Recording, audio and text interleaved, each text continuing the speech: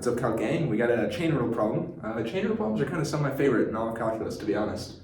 Pretty fun. So let's do it. All right, it looks really ugly, right? W is equal to ln, the square root of x squared plus y squared plus z squared. And x is equal to sine, cosine, tangent. Like, oh, that's gross. But we're gonna do it, right? Because we're cool. All right, so let's do, how do we start this? Let's make a graph, right? I like to do these things. So what you do is you start with your ultimate function, which is w, because you're finding w with respect to t. And then what functions is w a part of? So w is a function of x, y, and z, right? Because there's x, y, and z in there. So let's write that out, x, y, and z. So then what is x, y, and z a function of? All right, well, x is a function of t. So you can make a little graph there. Y is a function of t.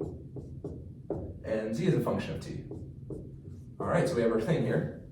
And what you can say, so this is del w, del t, right? If you're finding this path, it's the derivative of w with respect to t, and then here is the derivative of x with respect to t. There's only one function, so it's normal. And then this is del w with respect to y, and then this is dy dt, and this is del w with respect to z, but then dz dt, all right? So if you want to set this up, like what it would look like, it's going to be the derivative of w with respect to t. Actually, hold on, I totally messed this up. This is just going to be dw dt, not del w. Same thing here. I don't know why I did that. Wasn't thinking.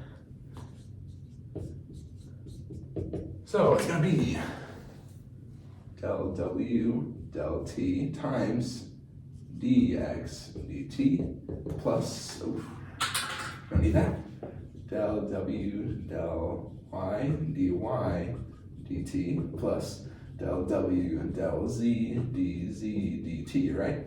This is what it's going to look like. So now we just have to plug in things that we can figure out. Okay, let's go over here. What is it? Del w del t, no, dw dt. All right, so del w with respect to t. Wait, what did I do? That's x. I don't know why I put an x. Is that a t or an x? I don't even know. My handwriting's so bad. All right, so let's take the derivative of this. So it's ln, so it's going to be 1 over all of that. X square root. But then you have to do chain rule, so on top, only with respect to x, so it's going to be 2x. And then, so that's what you got there. And then you have to find dx dt, so derivative of x with respect to t is going to be cosine of t, right? Oh, it's going to be big. Okay, now next one, dw with respect to y. It's going to be the same as this, but with 2y on top. So 2y, and my 2's look like dels, it's funny. X squared plus y squared plus z squared. Then you have to multiply this with the derivative of y with respect to t, which is going to be negative sine of t.